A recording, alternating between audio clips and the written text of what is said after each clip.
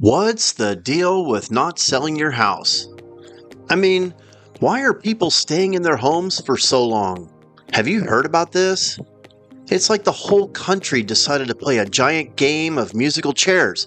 But when the music started, everyone just said, nah, I'm good right here. And now, nobody's moving. This is Real Estate Rundown. Let's talk about it. It doesn't matter if you're working class or middle class anymore. The only thing that matters is if you own a home or if you don't. As homes continue to escalate in value, buying a home becomes a stretch dream for many. If you're really lucky, then you may step into the good fortune of having a house gifted to you by a relative. But you're likely headed for disappointment if that's your primary strategy. Think about it.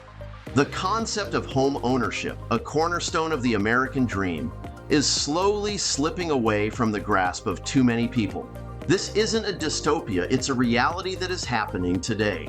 In cities and towns across the country, the struggle is real and is one that could define the future of housing in America.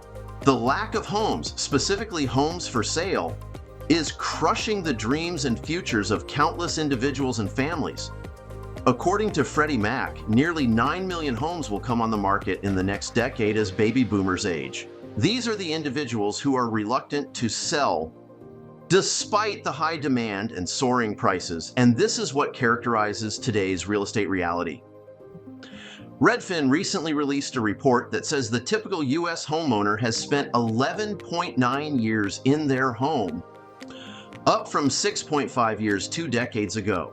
Baby boomers and Gen Xers have an outsized impact on overall housing market trends for a few reasons. One, the American population is aging. Roughly 17% of people in the US were 65 and older as of 2020, up from 13% in 2010. Two, they're most likely to own homes. Nearly 80% of baby boomers and 72% of Gen Xers own their home, compared to 55% of millennials and 26% of Gen Zers. But what drives the reluctance to sell? And what are the implications for potential homebuyers and the market at large?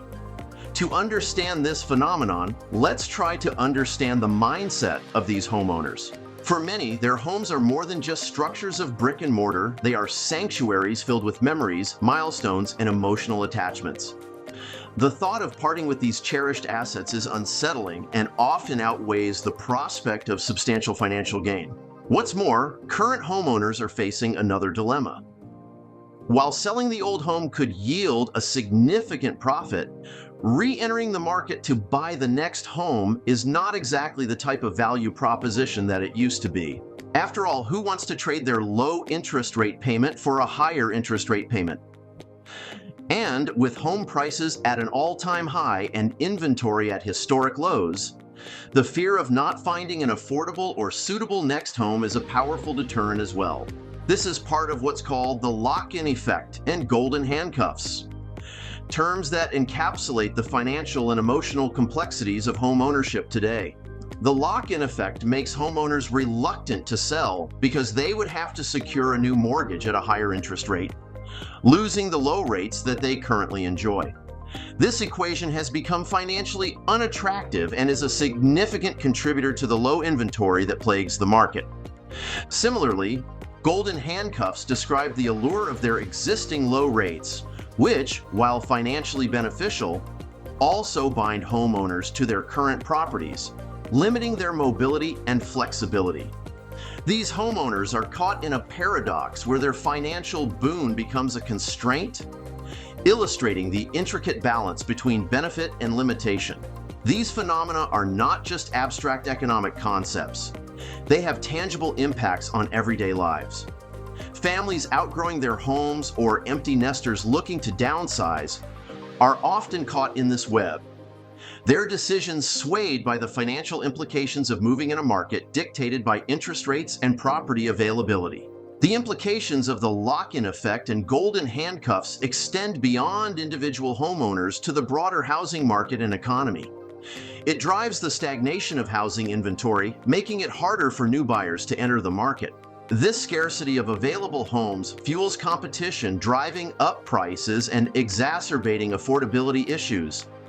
Furthermore, The reduced mobility can lead to less optimal matching of housing needs and availability, affecting the overall efficiency of the real estate market.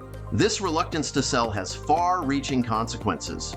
For starters, it exacerbates the already critical shortage of available homes, making it increasingly difficult for first-time buyers to enter the market. The ripple effects of this shortage are felt across the economy, influencing everything from consumer spending to the broader financial stability of communities. But the story doesn't end here. This housing stigma is also a reflection of broader societal trends. Aging populations, changing family dynamics, and evolving lifestyle preferences all play a role in this complex portrait. As older homeowners opt to age in place and younger generations face unprecedented financial challenges, the traditional pathways to homeownership are being redefined. While the world spins in a frenzy of new technologies and shifting social norms, the duration that people live in their homes has lengthened, painting a fascinating picture of stability in an otherwise turbulent society. The trend of homeowners staying put is not just a trivial statistic, it's a reflection of our aging population. The silver lining is that longer home ownership can lead to more stable neighborhoods and communities. When people stay in one place longer, they invest more in their homes and communities, fostering a sense of belonging and civic engagement. This stability becomes the bedrock for community resilience, supporting everything from local businesses to schools. However, the benefits of this trend are not universally felt. For younger generations, particularly millennials and Gen Z, the dream of homeownership seems increasingly out of reach. The market dynamics fueled by longer tenures contribute to a competitive and pricey housing landscape, challenging these younger generations' ability to secure their piece of the American dream. With this sort of perspective, it's clear that the housing market is a reflection of a multitude of individual decisions, each influenced by a complex interaction of factors. The lock-in effect and golden handcuffs represent broader challenges and may eventually lead to a supply-demand shift that would happen no matter what current market rates are. Because if boomers follow the patterns of previous generations, their home ownership rate will decline as they get older, particularly as they enter their late 70s. There are an estimated 69 million baby boomers in America, accounting for 38% of all homeowner households. Meredith Whitney, the Oracle of Wall Street, is predicting that a silver tsunami of baby boomers would start selling out in 2024 and 2025, as 51% of people over the age of 50 are set to downsize to smaller homes. Now, let's consider that for a moment, then ask ourselves, how will these factors evolve and what will their impact be on the future of home ownership? How long will the lock-in effect and golden handcuffs be a drag on the market? And what happens if there is a silver tsunami and the market is suddenly flooded with homes for sale?